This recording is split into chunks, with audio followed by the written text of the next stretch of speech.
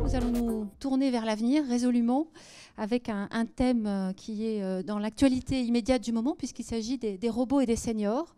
Est-ce que les robots vont s'imposer dans l'univers de l'accompagnement des personnes fragiles ou très âgées, au domicile, en établissement ?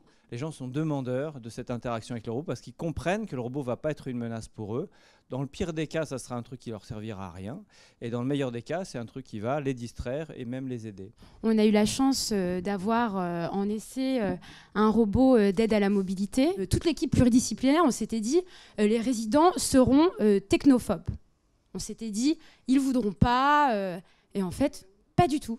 Pas du tout, il y a eu une vraie volonté de je veux marcher avec le robot, moi aussi je veux essayer et je veux voir ce que ça fait. En fait, le robot, c'est aussi un médiateur avec l'extérieur. C'est-à-dire que les maisons de retraite dans lesquelles on a travaillé, d'un seul coup, c'est vrai, faut être réaliste. Si moi, ma mamie, elle a un robot là, dans la maison de retraite, c'est clair que je vais y aller tous les week-ends. Parce que, waouh, mamie, elle a un robot avec elle dans sa maison de retraite, tout de suite, c'est pas du tout la même chose. Les limites posées par les personnes âgées vis-à-vis des robots. Alors il y a les problèmes de taille, mais il y en a une plus fondamentale qui est je ne veux pas que le robot décide pour moi.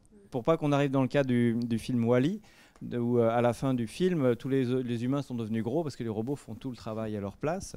Il faut aussi travailler sur ces scénarios pour se dire est-ce que c'est vraiment là que je veux aller ? Parce que finalement, c'est ça qui nous aide aussi à concevoir. Ça provoque un débat, c'est ce qu'on appelle le design for debate.